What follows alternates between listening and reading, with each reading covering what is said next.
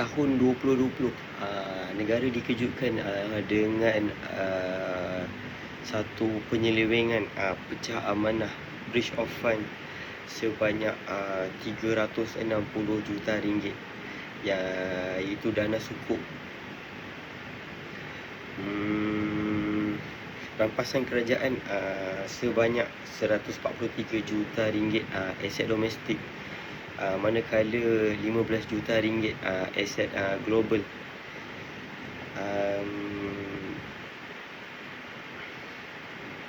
6 buah rumah dan 1 bidang tanah bernilai 24.5 juta ringgit.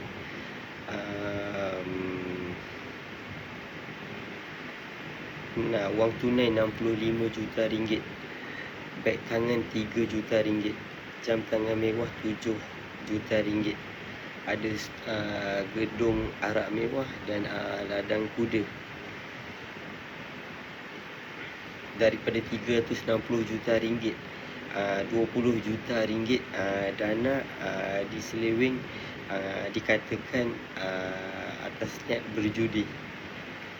11 juta yang dipastikan dalam bentuk digital. So, rampasan kerajaan pada 2020 sebanyak 143 juta ringgit bersamaan 36 juta US dollar. Boleh beli 20 buah Ferrari,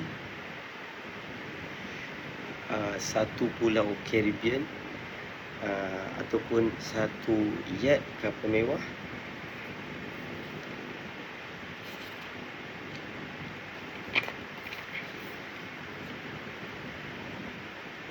Manakala pada baru-baru ini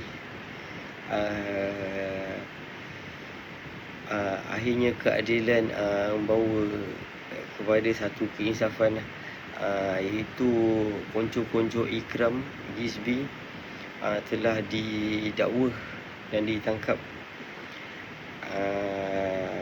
yang melibatkan hartanah senilai